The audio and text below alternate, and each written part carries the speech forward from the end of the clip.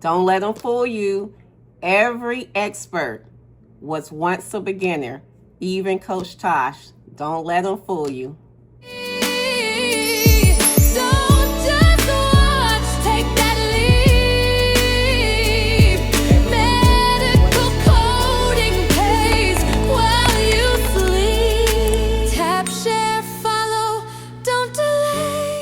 I definitely know what it feels like to second guess yourself.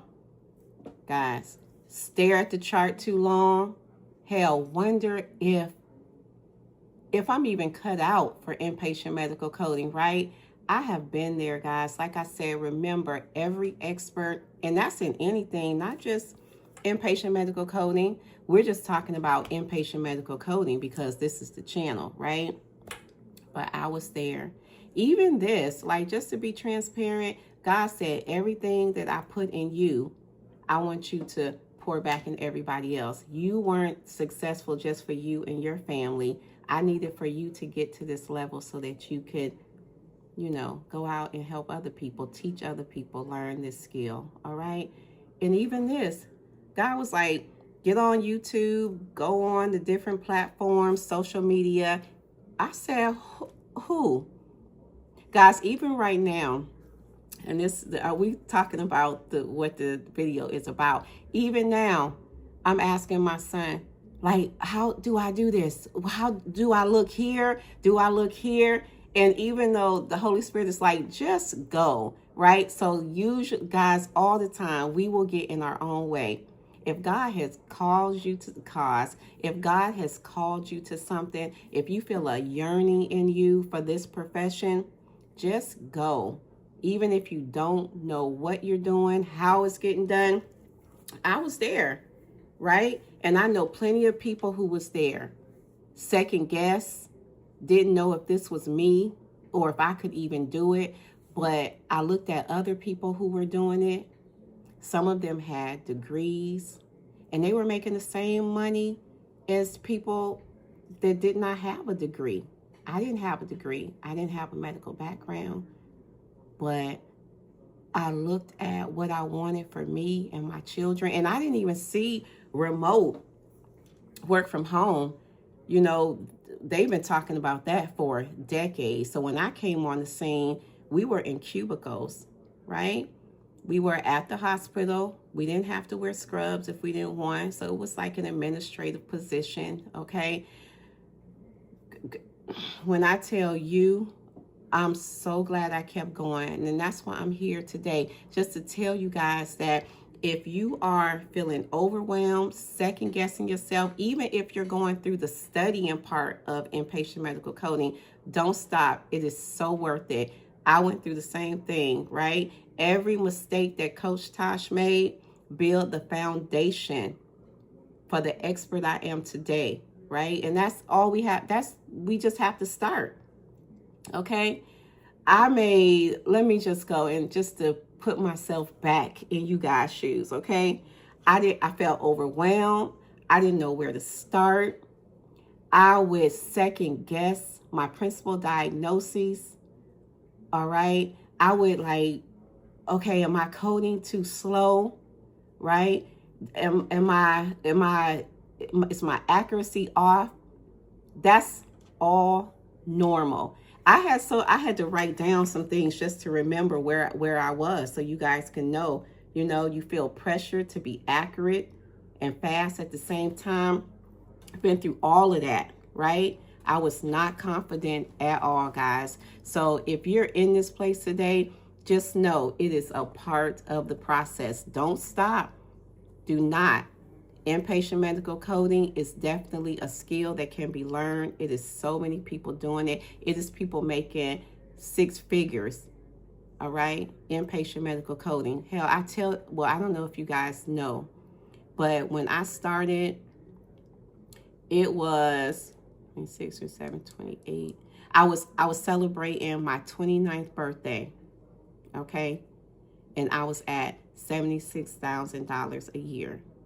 Back then, and not even back then, but yeah, it was 2.5, 3 years after I entered the profession. Okay. Of course, that's working in the right places though, all right? But that's another video. I'll tell you guys how to hone in your resume and make sure, you know, that the job that you take or the career opportunity that you take is aligning with what you want, right? The salary that you want, the work-life balance that you want, okay? The experience that you want. Remember, you're building your career. So back to what we were talking about. Okay, so when you start, you're gonna overthink the chart. You're gonna overthink the chart. So if you're overthinking the chart, you're on the right path.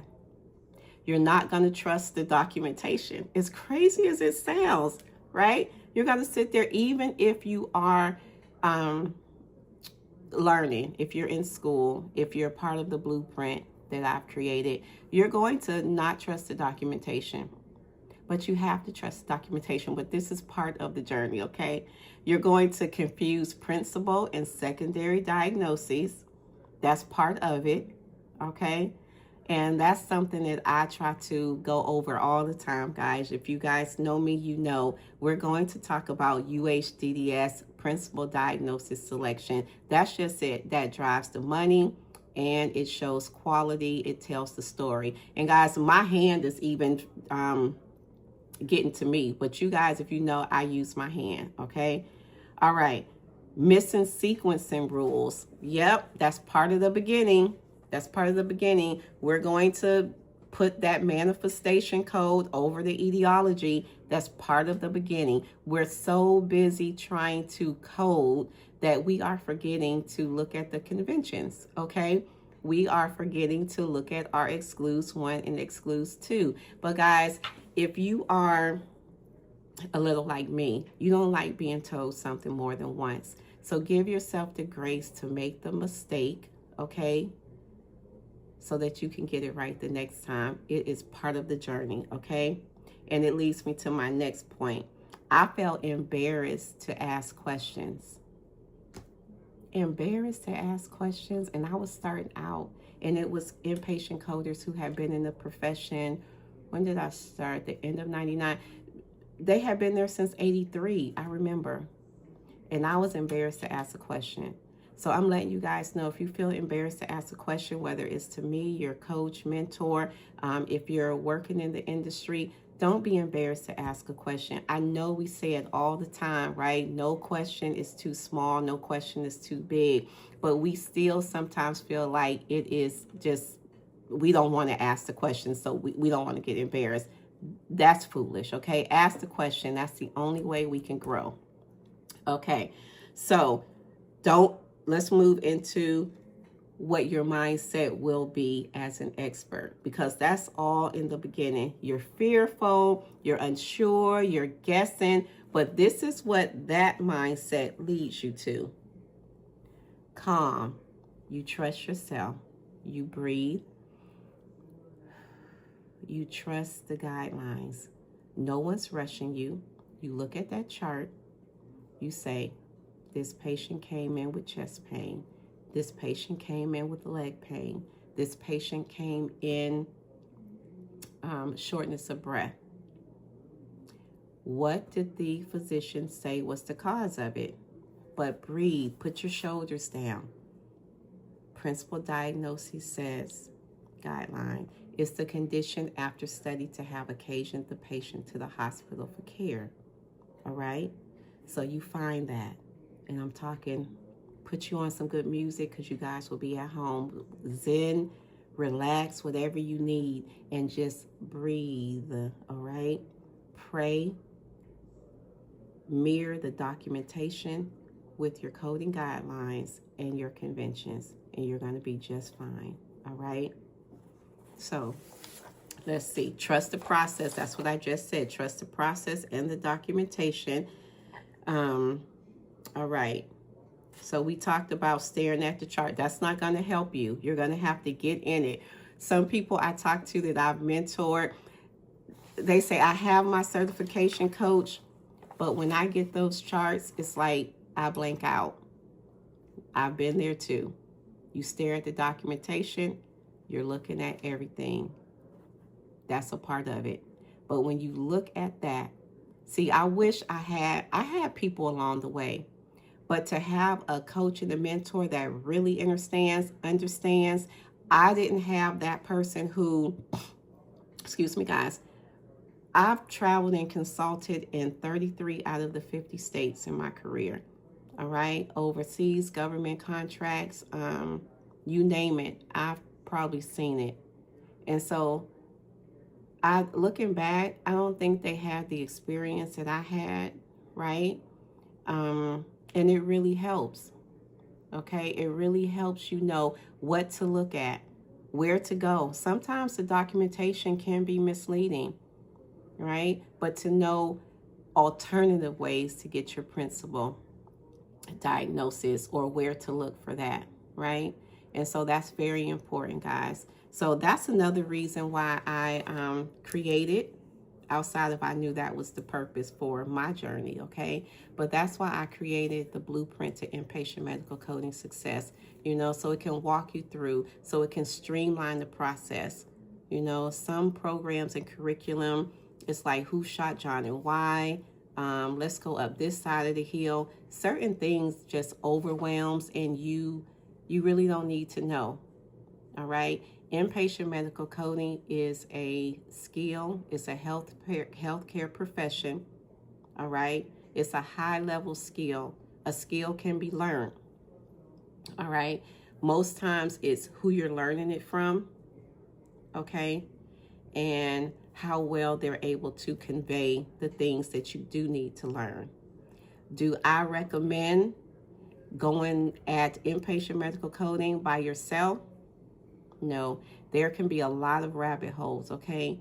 There is a lot of guidelines, but you have to know when to use the guidelines. I want you guys to know the important guidelines, all right? All of them are important, but the ones that you will see and learn and need every day, that's important, okay? That's going to be important to your success in this industry. And is it worth it? It's worth it, guys. So I just want you to know, don't think that Coach Tosh did not go through everything that you may be experiencing right now, all right? Because we go through it. It's part of the journey. Just don't follow any cat. Follow the right cat. So if you're looking to get into inpatient medical coding, subscribe to the channel for one. I'll be uploading a lot of videos talking about the things, the pitfalls, the education, just teaching you guys and showing you how to navigate the chart, right? How to learn the guidelines and the conventions. We'll go through real world scenarios and all of that, all right? And if you're looking for a more robust path to even get certified with a HEMA, remember a HEMA is gold standard credential. I invite you to click the link in the comments or in the description. Get started with the blueprint to inpatient medical coding success. Guys, I know you will enjoy the profession. It's work from home, right? The money is good, and AI is not going to replace our jobs, not in our lifetime. And I said jobs, I don't like jobs just over broke. AI is not going to replace our career opportunity in this lifetime. Actually, it helps us, okay? We need critical thinking for inpatient medical coding. Healthcare is a multi-trillion-dollar industry, and if the chart isn't coded, nobody gets paid. So I'm going to leave it here today. Thank you for joining me. If you haven't subscribed to the channel, again, I invite you to subscribe, turn your notifications on, and I'll see you in the next video. Thank you.